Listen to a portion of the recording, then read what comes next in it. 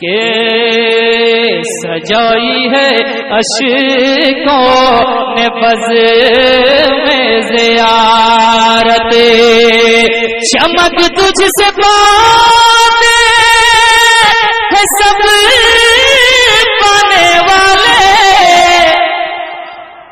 میرا دل بھی چمکا چمکانے والے، میرا دل بھی چمکا چمکانے والے، یوں گویا ہوئے سیدی اعلی حضرت، حضور آپ کو دیکھنا چاہتا ہوں، یوں گویا ہوئے۔ کہا تھا یا رسول اللہ صلی اللہ علیہ وسلم اپنے دیدار سے ہمیں مشرف فرمائیں، اپنی زیارت سے مشرف فرمائیں۔ خواب میں آپ نے اپنے نبی کونین صلی اللہ علیہ وسلم کی زیارت کی تھی، آپ یہ چاہتے تھے کہ عالم بیداری میں، بیداری کے عالم میں بھی میرے آقا کے جلوے کو دیکھیں، روزہ رسول پر حاضر رہے، روزانہ حاضر ہوتے رہے، صبح دوپہر شام، لیکن وہ عالم بیداری کی حاضری نہیں ہوئی، واپس گھر گئے، واپس جہاں پر رکے تھے۔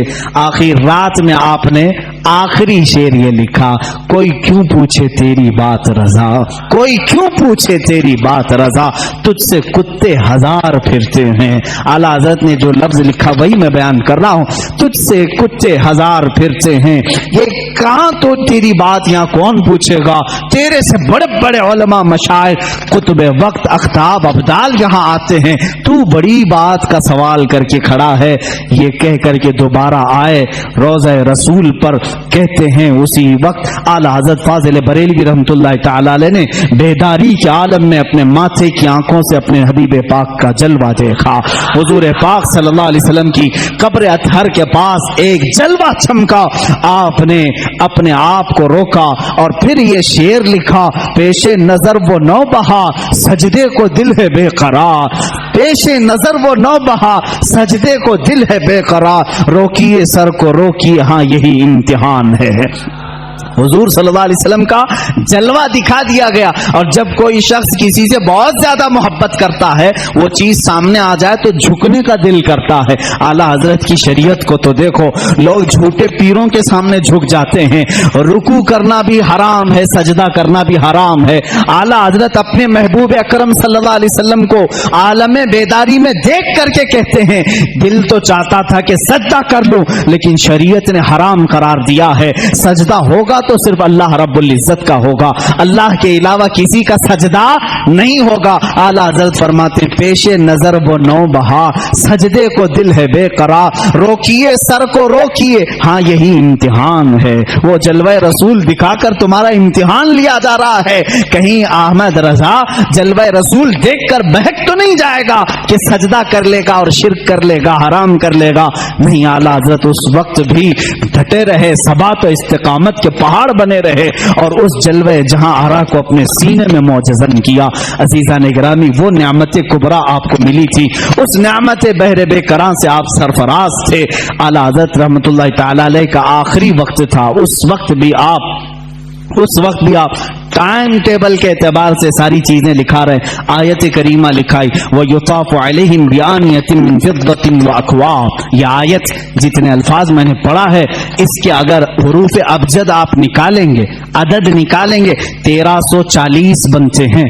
اپنے بھتیجے کو نکال کر کے دیا کہ یہ میری وفات کے سال کی آیت ہے، یہ میری موت کے سال کی آیت۔ 4 مہینے پہلے اعلیٰ حضرت رحمۃ اللہ علیہ نے یہ آیت لکھائی۔ اعداد کے اعتبار سے جب جوڑا جائے 1340 ہجری، اسی سال اعلیٰ حضرت کا انتقال ہوا ہے۔ جمعہ کا دن تھا 25 صفر المظفر، اعلیٰ حضرت رحمۃ اللہ تعالی علیہ کے وصال کا دن 2:38 آپ کے بھتیجے مولانا حسنین رضا خان رحمۃ اللہ علیہ فرماتے میں بیٹھا تھا، اعلیٰ حضرت وصیتیں لکھا رہے تھے، کس کا کیا حق ہوگا غریبوں کے لیے، مسکینوں کے لیے، امت مصطفیٰ کے لیے۔ آپ نے بہت ساری وصیتیں لکھائی۔ 1:56 ہوئے تب پوچھا ٹائم کتنا ہوا، آپ نے کہا 1:56، 2 بجنے میں ابھی 4 منٹ باقی۔ اعلیٰ حضرت نے کہا ان کے بڑے صاحبزادے مولانا حامد رضا خان صاحب کو بلاؤ۔ وہ جب آئے ان کو آنے میں تاخیر ہوئی تو آپ کے چھوٹے صاحبزادے مصطفیٰ رضا خان رحمۃ اللہ علیہ مفتی اعظم ہند وہ آ چکے تھے. اعلیٰ حضرت نے فرمایا یہ کب کی بات؟ 2 بج چکے تھے. کہا کہاں ہو؟ بیٹھو یاسین شریف کی تلاوت کرو اور سورہ رعد کی تلاوت کرو. کون کہہ رہے ہیں جو آخری ابھی آدھا گھنٹہ باقی. 2:38 پر اعلیٰ حضرت کا وصال ہوا ہے. اس وقت فرما رہے ہیں سورہ یاسین شریف پڑھو، سورہ رعد پڑھو. مفتی اعظم ہند رحمۃ اللہ علیہ تلاوت کرنے لگے. ایسے نہیں کہ آپ غشی کے عالم میں ہوں، بلکہ اس وقت اعلیٰ حضرت رحمۃ اللہ علیہ نہایت توجہ کے ساتھ قرآن تلاوت سن رہے ہیں، اور جہاں آیت سمجھ میں نہ آئی دوبارہ تلاوت کرنے کا حکم دیا، اور کچھ جگہ ٹھہرایا، کچھ جگہ معانی سمجھے، کچھ جگہ تفسیر. یہ تمام باتیں چل رہی تھیں. علامہ حامد رضا خان رحمۃ اللہ علیہ بڑے صاحبزادے بھی آئے، ان سے کہا کہ یہ دعائیں ہونی چاہیے. یاسین شریف سورہ رعد ہونے کے بعد آپ نے کلمہ طیبہ لا الہ الا اللہ محمد رسول اللہ صلی اللہ علیہ وسلم کا ورد جاری کیا، اور جو ایک مرد مجاہد اور ایک عاشق رسول کی دعائیں ہوتی ہیں وہ ساری دعائیں پڑھنے لگے. 2:30 ہو چکے. یہ سب نقل کیے ان کے بھتیجے جو وہاں موجود تھے. اسی اسنا میں اسی وقت یہ جانکنی کا وقت تھا. آپ کے شاگرد رشید مولانا امجد علی خان رحمۃ اللہ علیہ صدر الشریعہ جو بہار شریعت کے مصنف ہیں، اسی وقت میں سے کسی وقت میں آپ آئے. وقت اس وقت آخری چل رہا ہے.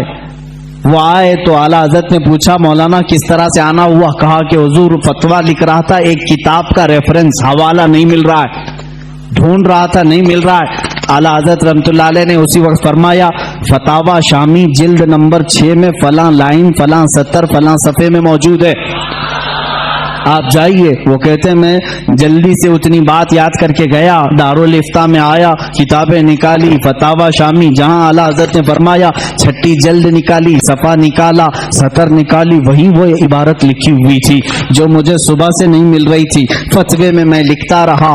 ادھر 2:38 ہوئے. اچانک آپ کی پیشانی پر ایک نور چمکا. اس وقت ڈاکٹرز بھی آئے ہوئے، کچھ طبیب آئے، وہ بات کر رہے تھے. اعلیٰ حضرت رحمۃ اللہ علیہ نے ان کا جواب نہیں دیا.